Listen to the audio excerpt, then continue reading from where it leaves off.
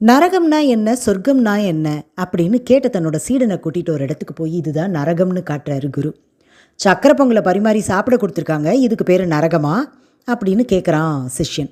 அதுக்கு அந்த குரு சொல்கிறாரு, நல்லா பாரு, சக்கரை பொங்கல் முன்னாடி இருக்குது, ஆனால் அவனால் எடுத்து சாப்பிட முடியாது, கையை மடக்க முடியாமல் நீட்டி வச்சு கட்டி வச்சுருக்காங்க பாரு, அப்போ இது நரகம் தானே அப்படின்னு சொல்லிட்டு இன்னொரு இடத்துக்கு கூட்டிகிட்டு போய் இதுதான் சொர்க்கம் அப்படின்னு சொல்கிறாரு.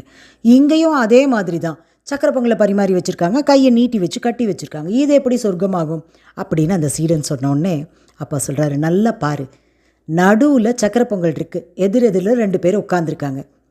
தன்னோட கையால் தான் எடுத்து சாப்பிட முடியாதே ஒழிய எதிரில் இருக்கிறவனுக்கு நல்லா ஊட்டி விட முடியும் இல்லையா? மாறி மாறி 2 பேரும் ஊட்டி விட்டு நல்லா ருசித்து சாப்பிட முடியும்ல, அப்போ இது சொர்க்கம் தானே அப்படின்னு சொல்கிறாரு குரு. தானும் வாழ்ந்து மற்றவங்களும் வாழணும்னு நினைக்கிறவங்க இருக்கிற இடம்தான் சொர்க்கம். நீங்கள் இருக்க இடம் நரகமா சொர்க்கமா?